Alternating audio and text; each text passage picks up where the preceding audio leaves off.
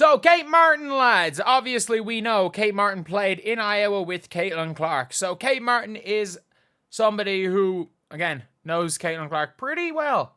And she ended up talking about the Caitlin Clark injury. And I'm reacting right now to an article by Rosalina Lee. Obviously, go subscribe to her YouTube channel. This is an article from her on Sports Illustrated. And go subscribe to her YouTube channel. She posts a lot of Fever-related stuff and WNBA-related stuff. And she is 100 times more sane than me. So, you know, if you're sometimes a little bit sick of looking at an Irish man who, like, treads the line of sanity and insanity, go watch her. There's plenty of people. Her, Robin, a few others that I can't think of off the top of my head if you're sick of an insane Irish man. But yeah, if you're not sick of the insane Irish man, help me get to 48K. We can do that by the end of the day. That would be insane. Anyway, now let's get on to it. So, Kate Martin right here shares not easy aspect of Caitlin Clark missing Fever games with injury. Golden State Valkyrie star Kate Martin spoke about Caitlin Clark's injury, sharing how it might be affecting both Clark and fans eager to see her on the court. The Indiana Fever will take on the Washington Mystics on Wednesday without their franchise cornerstone, Caitlin Clark, who's sidelined with a left quad strain. Clark's attendance has been immaculate throughout her college and professional career, as it marks the first time she'll miss a game since high school. So sitting out will be something the star guard will have to adjust to. Obviously, she missed the first preseason game, hasn't looked like herself the last two games. It was clear there was a nagging issue. So, Kate Martin, Clark's former Iowa teammate, and now Golden State Valkyrie, spoke to the Mirror and shed some light on how Clark could be dealing with being relegated, watching her team take the court from the bench. I know how much of a go-getter she is, so anything like this is going to stink. I know she just wants to be out there with a team, and she just wants to be playing all the time, so hopefully she can rest up and heal up soon. Well, this will be the first time she's missing an in-season game. She was out for their opening game against the Mystics, and yeah, we know that. We know that. And she clearly was injured. She probably wasn't right to start the season, if we're being honest. And considering the fact she's putting up top 5 or all WNBA first team numbers to start the season is kind of crazy. It is kind of crazy.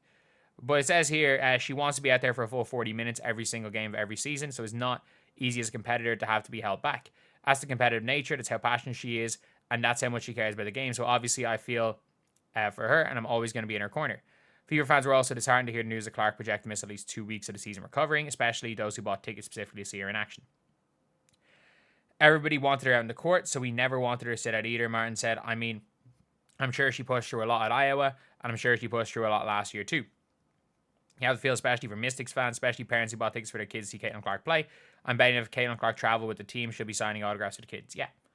I would assume she's going to be out there signing autographs. Her absence is a blow to the fans. And, like, it's good to see Kate Martin speaking positively about the whole situation. And again, this is always my favorite thing where it's like, anybody that's actually around the Indiana Fever, anyone that's actually been around Caitlin Clark, you will never hear them say a bad word about her or the fans or anything. But it's just the people that are not even like around it. The players that are just too terminally online. There's players in the WNBA that are just straight up, they are too terminally online. It is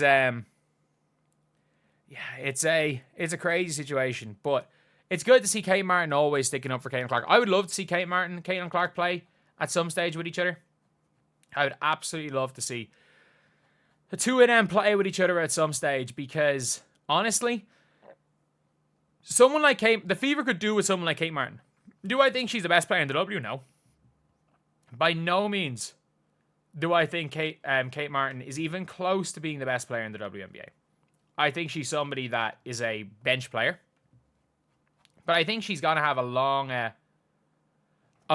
time as a bench player in the W, because, unpopular opinion, as a locker room, she'll have it as a locker room presence, but she's better than a lot of the quote-unquote locker room presence players in the WNBA. In my opinion, she is better than, like, Coulson. Like, give me her over Sid Coulson anytime. Any day. Give me Kate Martin over Sydney Coulson. Give me Kate Martin over... I'm just trying to think of players. There's not that many players that are just in the league for vibes anymore, though. A lot of the players that were brought in were really, really good. I wouldn't say give me her over Alicia Clark, because Alicia Clark's actually a good player. Like, actually a good player. Like, to be fair, Kate Martin's not bad. Like, Kate Martin's hit some huge shots this season. She has hit some absolutely massive shots if you're looking at the Valkyries. And she is a player that can thrive as a 8th player. Which is actually, like, I think a lot of people don't realize just how important that archetype is for a player in the league or in general. But yeah, obviously she is letting us know that Caitlin Clark wants to play 40 minutes every single game. She doesn't want to ever be subbed off, which, I mean, look, I don't think anyone is surprised by that. I don't think anyone's surprised by that. Like, I've always said this, where it's like, I think she shouldn't be playing over 35 in many games. I think the team needed to do a better job with her, realistically. I don't feel like the team did a very good job with Caitlin Clark because of the fact that she was playing too many minutes.